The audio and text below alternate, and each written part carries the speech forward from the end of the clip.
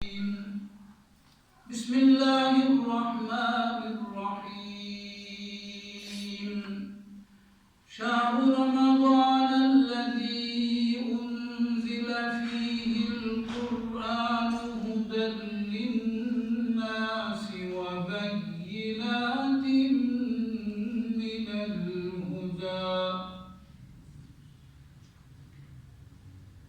وبینات من الہدی والفرقان فمن شهد منكم الشهر فليصم ومن كان مريضا أو على سفر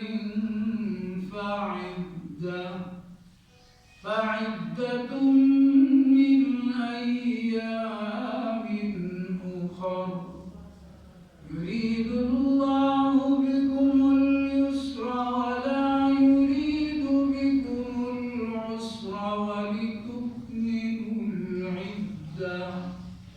ولتكملوا العدة ولتكبروا الله على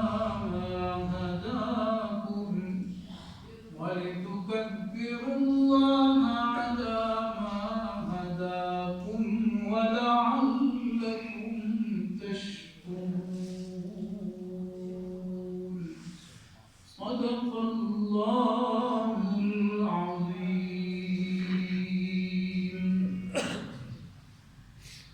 شهر رمضان الذي انزل فيه القرآن. مہینہ رمضان کا وہ ہے جس میں قرآن اتارا گیا.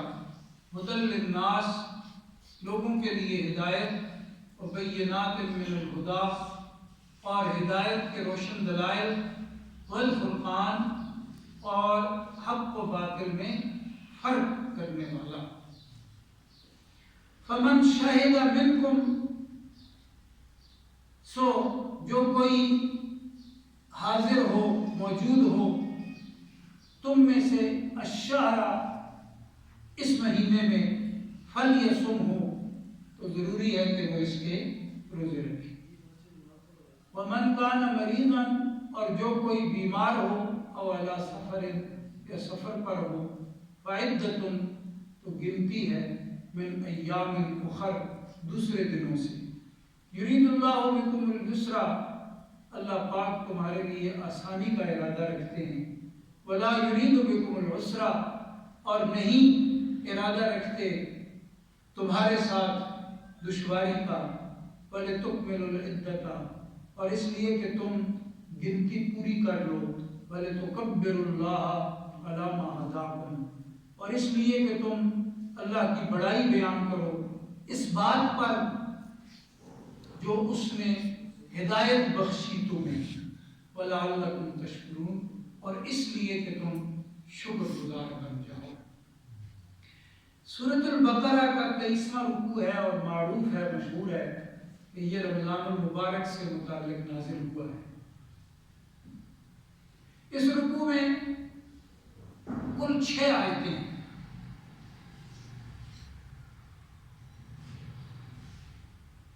اور ان 6 آیات میں سے پہلی 2 آیات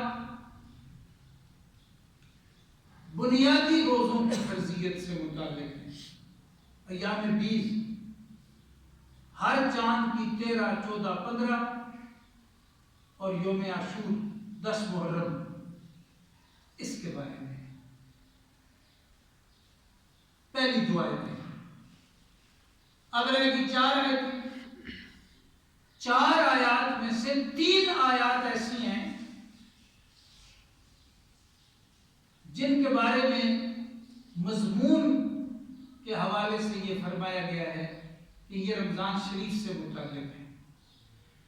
پھر فرمایا کہ اس میں جو درمیان کی ایک آیت ہے وَإِذَا سَأَلَكَ اس میں روزے کی کوئی بات نہیں. تو جن آیات میں روزے سے متعلق گفتگو ہے، رمضان کے روزے سے متعلق، لے کے وہ 2 آیتیں رہ جاتی ہیں. آخری آیت مبارکہ ہے، اس میں فرمایا تم ایک دوسرے کا مال باطل طریقے سے مت کھاؤ. اس میں روزوں کا ذکر کوئی نہیں. لیکن ہے سارا آپس میں یہ مضمون جڑا ہوا ہے۔ اب سمجھنے کی بات یہ ہے کہ پورا مہینہ ہے اور دامن اسلام کا جہاد کے بعد سب سے مشکل عمل روزہ ہے، سب سے مشکل عمل ہے، اور اس کے بارے میں اتنی مختصر بات فرمائی گئی تو تفصیلات جو ہیں وہ کہاں ہیں؟ یاد رکھیں قرآن شریف میں مختصراً بات فرما دی جاتی ہے اور اس کی پوری عملی تصویر اور تشریحی سب گفتگو وہ رسالت مآب صلی اللہ علیہ وسلم کی ہستی سے جڑی ہوئی۔ آپ نے روزہ رکھا ہے، بالکل روزے کا پورا عمل سکھایا ہے، اس کی فضیلتیں بتائی ہیں، اس کی احتیاطیں بتائی ہیں، حفاظتیں بتائی ہیں، نواقص بھی بتائی ہیں، سب چیزیں بتائی ہیں۔ تو معلوم ہوا کہ جو لوگ صرف کہتے ہیں ہم اہل قرآن ہیں، حدیث تو من گھڑت، نعوذ باللہ، حدیث مبارکہ کے بارے میں کہتے ہیں تو من گھڑت چیزیں ہیں، ہم اہل قرآن ہیں۔ اب اہل قرآن صاحب کا ایک جو ہے وہ اور تشریح کر رہا ہوتا ہے، دوسرا اور کر رہا ہوتا ہے، اہل قرآن جو ہو گئے، آزاد جو ہو گئے۔ اب قرآن شریف کا جو اصل مفہوم ہے وہ نبی علیہ السلام بتاتے ہیں، جن پہ قرآن اللہ پاک نے اتارا ہے۔ پھر حضور کا جو مقصود ہے احادیث کا وہ صحابہ کرام بتاتے ہیں کہ حضور کا اصل مزاج کیا ہے، وہ صحابہ کرام سے پتہ چلتا ہے۔ اہل بیت صحابہ ہوں یا خیر اہل بیت صحابہ ہوں، ان سے پتہ چلتا ہے۔ ہمارے دلائل 4 ہیں، قرآن، سنت، قیاس ہے، اجماع ہے، یہ 4 دلائل ہیں۔ اہل سنت کے دلائل 4 ہیں اور یہی برحق ہے۔ تو اب یہ جو آیات ہیں ان کی اصل جو شرح ملتی ہے، جو اس پہ عمل ملتا ہے، وہ نبی علیہ السلام سے، وہ صحابہ کرام سے۔ اسی لیے ہم نے درس قرآن کے ساتھ درس حدیث کو جوڑا ہے۔ بڑے بڑے فتنے اٹھ رہے ہیں اور دین کے نام پہ فتنے اٹھ رہے ہیں، دین کی شکل بنا کے آ رہے ہیں، دین کا لبادہ اوڑھ کے آ رہے ہیں، اور ہر مرتبہ ایک نیا فتنہ سامنے آتا ہے۔ مجھے ابھی ان دنوں پتہ چلا ہے کہ ایام معدودات کی ایک شارح تشریح کر رہے ہیں اس وقت میڈیا پہ، اور وہ کہہ رہے ہیں کہ مہینے کے روزے تو فرض ہوئے ہی نہیں اس عمر میں، اس لیے کہ ایام معدودات کہا جاتا ہے، تھوڑے سے دن فرض ہیں، پورے مہینے کے روزے نہ کبھی فرض تھے نہ ہیں، یہ ایسے مولویوں نے بنا لیا۔ ہم تراویح کا روزہ رو رہے تھے کہ تراویح 20 ہے جس پر اجماع ہے صحابہ کرام کا، اور 1400 سال کا متسلسل عمل ہے۔ بیچ میں سے پہلے 12 نکل آئے، 12 والوں کا ہم نے محاسبہ کیا، وہ تم کہاں سے نکل آئے ہو؟ رکعتیں 20 ہیں، صحابہ کرام کا اجماع ہے اس میں۔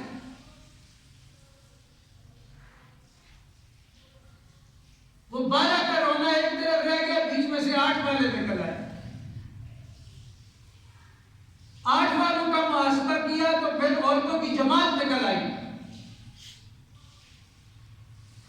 اب ایک اور نیا فتنہ ہے اور مجھے متوجہ کیا بعض حلقہ احباب میں ابھی کل سفر پہ تھا تو میں نے سنا وہ کہہ رہے ایام معدودات، مہینے کے روزے فرض ہی نہیں ہیں، چند ایک روزے رکھ لیں بس یہ کافی ہے۔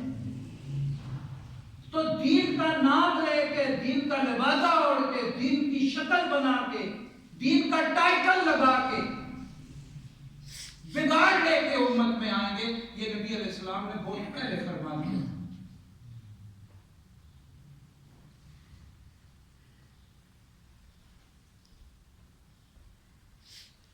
ہم راب سجود و نبی اپنی راہ بدرود دے، اللہ کو سجدہ کرتے ہوئے حضور پہ درود پڑھتے ہوئے آئیں گے، ہوں گے فتنہ۔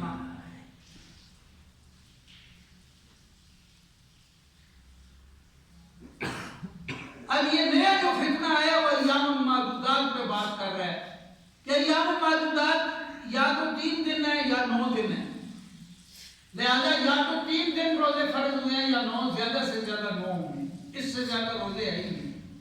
اور کہتا ہے یہ قرآن بتا رہا ہے، کہاں لکھا ہوا ہے کہ پورے رمضان کے روزے فرض ہیں؟ تو پھر کہتا ہے حدیث کی تو بات ہی نہ کرے نا، حدیث تو ہے ہی کوئی نہیں، حدیث کا تو واضح انکار کر رہا ہے کہ یہ تو بات ہی نہ کرے۔ اب قرآن کا مفہوم اور مطلب کیا ہے، یہ ہمیں نبی علیہ السلام کے در سے ملتا ہے، حضور کے غلاموں کے گھر سے ملتا ہے، آل بیت صحابہ کرام سے اور دیگر صحابہ کرام سے، اور ان میں جو فقہاء مجتہدین فقہاء اور علماء صحابہ کرام ہیں ان سے ملتا ہے۔ تو کہہ رہے یہ تو ہے ہی نہیں، یہ تو بات ہی ختم ہو۔ تو دلیل یہ دے رہے کہ ایام معدودات آیا ہوا ہے، تھوڑے سے دن ہیں یا 3 دن ہیں، زیادہ سے زیادہ 9 دن ہیں، مہینے کے روزے تو ہے ہی کوئی نہیں۔ اب اصل بات جو ہے وہ یہ ہے کہ یہ جو 3 دن ہیں یا 9 دن ہیں یا 3 دنوں کے درمیان دن ہیں، یہ شروع کے روزے تھے جن کا حکم ختم ہو گیا۔ پھر کون سے روزے آئے؟ رمضان شریف کے روزے آئے، اور رسول کریم صلی اللہ علیہ وسلم نے فرمایا کہ رمضان کے روزوں کی فرضیت نے تمام روزوں کو منسوخ کر دیا، یعنی اس سے پہلے جتنے بھی روزے تھے ان کو رمضان کے روزے نے منسوخ کر دیا۔ اب ایام 20 کے روزے فرض نہیں، اب 10 محرم کا روزہ بھی فرض نہیں، فرض صرف اور صرف کون سے روزے ہیں؟ رمضان شریف، یا 29 دن ہو سکتے ہیں یا 30 دن، 29 سے کم نہیں ہوں گے اور 30 سے زیادہ نہیں ہوں گے، کہ چاند اسی طرح ہوتا ہے، چاند کی جو چال ہے وہ اسی طرح، یا 29 دن ہوں گے یا 30 دن ہوں گے۔ اب اللہ رب العالمین نے فرما دیا کہ رمضان کا مہینہ ہے، اس میں قرآن اتارا گیا۔ قرآن اتارنے کی 2 باتیں میں نے عرض کی تھی پچھلے ہفتے کی باتیں، ایک ہے نزول اول، یہاں پہ جو الذی انزل اس سے ہو گیا نا، مجہول ہو گیا نا، تو یہاں پورے قرآن کے اترنے کا ذکر ہے، انا انزلنا، لیکن اسی کے ضمن میں ایک نزول اور ہے، وہ بھی آسمان دنیا سے حضور کے دل پر۔ قرآن کے نزول کتنے ہیں؟ 2 ہیں۔ حضرت نانوتوی رحمۃ اللہ علیہ نے آگے ہاتھ میں لکھا کہ قرآن شریف کتنی مرتبہ نازل ہوا ہے؟ 2 مرتبہ۔ پہلی مرتبہ لوح محفوظ سے آسمان دنیا پر، اور دوسری مرتبہ آسمان دنیا سے حضور نبی کریم صلی اللہ علیہ وسلم کے دل مبارک پر۔ تو پہلا جو نازل ہونا ہے وہ بھی رمضان میں ہے، لیلۃ القدر، اور جو حضور کے دل پہ نزول کا آغاز ہوا وہ بھی لیلۃ القدر ہے۔ تو دونوں یہاں مراد ہیں۔ اور یہ جو بتایا کہ قرآن شریف کے 3 حوالے یاد رکھیں، ایک یہ کہ یہ ہدی للناس ہے، پوری انسانیت کے لیے ہدایت ہے، اور دوسری بات یہ ہے کہ ہدایت کے واضح دلائل ہیں اس میں، یہ چومنے چاٹنے کی صرف کتاب نہیں، تعویذ گنڈے کی کتاب صرف نہیں، یہ کتاب جھوٹی قسمیں کھانے کے لیے نہیں آئی ہوئی، یا سچی قسموں کے لیے بھی نہیں آئی ہوئی، یہ تو اصل میں ہدایت ہے۔ تمہارا عقیدہ یہ ہو اور تمہارا طریقہ یہ ہو، یہ بتاتی ہے کتاب۔ ماں باپ کا یہ مقام ہے، اساتذہ کا یہ ہے، طلباء کا یہ ہے، تاجر کا یہ ہے، تاجر نے یوں کرنا ہے، آجر نے یوں کرنا ہے، ملازم پیشہ کا حکم اس میں موجود ہے، اولاد کے ساتھ اس نے سلوک کا حکم اس میں موجود ہے، پورا ایک ضابطہ حیات دیا ہوا ہے جس کی بنیاد پہ یہ دنیا کامیاب ہو سکتی ہے اور آخرت میں بھی کامیابی مل سکتی ہے، موت قبر حشر کامیاب ہو سکتی ہے، یہ ہدایت ہے اور واضح دلائل ہے۔ واضح دلائل کا مطلب کیا ہوتا ہے کہ جو بات یہ کہہ رہا ہے وہ صحیح ہے، اس پر واضح دلائل موجود ہے۔ اس کتاب نے پہلی بات یہ کی ہے کہ اللہ ایک ہے، اس پہ اتنے دلائل ہیں اور اتنے روشن دلائل اس کتاب میں موجود ہیں کہ وہ واضح بتاتے ہیں کہ دو اللہ ہو ہی نہیں سکتے۔ لو کان فیہما آلہۃ الا اللہ لفسدتا، دو ہوتے تو کہیں نہ کہیں جھگڑا ہو رہا ہو، ایک کہتا میں چودھری ہوں، دوسرا کہتا نہیں میں چودھری ہوں۔ جو کہیں جھگڑا نہیں ہے اس کا مطلب ہے ہی یہ۔ اور بڑے دلائل ہیں، آخرت کے دلائل، نبوت کے دلائل، سب دلائل بینات من الہدیٰ، اور ایسے دلائل ہیں کہ یہ دلائل کسی اور کے پاس نہیں ہے۔ والفرقان، بالکل دودھ کا دودھ پانی کا پانی کر دیتی ہے یہ کتاب، حق کو الگ کر کے دکھا دیتی ہے اور باطل کو۔ ما کان اللہ لیذر المؤمنین علی ما انتم علیہ حتی یمیز الخبیث من الطیب، اللہ چھوڑتا ہی نہیں اس طرح جب تک گندگی کو اور پاکیزگی کو الگ کر کے دکھا نہ دے۔ والفرقان فمن شہد منکم الشہر، سو جو کوئی تم میں سے حاضر ہو اس مہینے میں، یعنی اس مہینے کو پالے، فلیصم ہو، تو وہ اس مہینے کے روزے رکھے۔ یہ ہو جو ہے یہ ضمیر کدھر ہے؟ الشہر، اس مہینے کے روزے رکھے، اور لام لام تاکید ہے، لازم ہے کہ وہ اس مہینے کے روزے رکھے۔ یہ آیت ہے جو بتا رہی ہے کہ پورے مہینے کے روزے فرض۔ اور اب یہ کہا جا رہا نہیں ایام معدودات پڑھو، یسم ہو کا اصل مطلب ہے ایام معدودات، اور بھائی ایام معدودات جو ہے وہ ایام بیز ہیں۔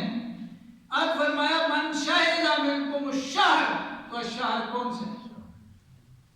اسی آیت کے شروع میں فرمایا شہر رمضان۔ اتنا عقل کا اندھا ہو جاتا ہے آدمی کہ اتنی واضح بات قرآن کی اس کی نفی کرے گا۔ الشہر یعنی رمضان کا مہینہ، تم مسلمانوں میں سے جو کوئی حاضر ہونے کا مطلب یہ ہے کہ وہ زندہ ہو، روزہ رکھنے کے قابل ہو۔ شاہدہ کا مطلب کیا ہے؟ زندہ ہو اور روزے کے قابل ہو۔ اب زندہ بھی ہے لیکن روزے کے قابل نہیں تو اس پر روزہ لازم نہیں۔ آگے مسئلہ پھر بیان کریں۔ روزہ لازم ہے اس پر کہ وہ پورے مہینے کے روزے رکھے، ہاں مریض مسافر روزہ چھوڑ سکے۔ پھر کیا کرے گا؟ غیر رمضان میں اتنے ہی روزے رکھے گا، غیر رمضان میں۔ اب مسئلہ سنو، ایک شخص نے مرض کی وجہ سے روزہ چھوڑا یا سفر کی بنا پہ روزہ چھوڑا، اب اس پہ کیا حکم ہے کہ اس نے رمضان شریف گزار کے، عید کا دن گزار کے، اس کے بعد کیا کرنا ہے؟ ان روزوں کے بدلے میں روزے رکھنے ہیں۔ ایک چھوڑے تو ایک رکھے، دو چھوڑے تو دو رکھے۔ اب مسئلہ سمجھے، اس میں اہم مسئلے ہیں دو تین۔ پہلا مسئلہ یہ ہے کہ کیا فوراً روزے رکھنے ضروری ہیں؟ نہیں۔ روزے زیادہ چھوٹے ہوئے ہیں اور وہ یہ چاہتا ہے میں ایک مہینے میں ایک روزہ رکھوں، تب بھی جائے۔ اگر روزہ اس نے چھوڑا ہے گرمی کے 16-17 گھنٹے کا اور وہ کہتا ہے میں دسمبر جنوری میں 7-8 گھنٹے کا روزہ رکھتا ہوں، تب بھی جائے گا؟ جائے۔ ٹھیک ہو گیا؟ اکٹھے روزے رکھنے ضروری نہیں، اور تھوڑے تھوڑے کر کے رکھنا چاہے تو تب بھی اس کے لیے رعایت ہے۔ اگر رمضان المبارک کے اندر ہی اس کی وفات ہو گئی ہے تو اب اس کے اوپر قضا روزوں کی نہیں ہے، اس کو معاف ہے۔ نہ وارث فدیہ دیں گے کیونکہ اس کے ذمہ تب ہوگا جب رمضان گزار کر اتنے دن پالے جتنے روزے چھوٹے ہیں، عید کا دن بھی شمار نہیں ہوگا۔ اس کے بعد ایک روزہ چھوٹا تھا تو ایک دن پا لیا تو اب اس کے اوپر روزے کی قضا لازم ہے، اور اگر وفات ہو جاتی ہے تو وارثوں پر فدیہ دینا لازم ہو جائے گا۔ لیکن اگر رمضان شریف میں ہی فوت ہو گیا اب اس کے ذمہ کچھ بھی نہ رہا۔ اللہ تعالیٰ مجھے آپ کو سارے عالم کی دین حق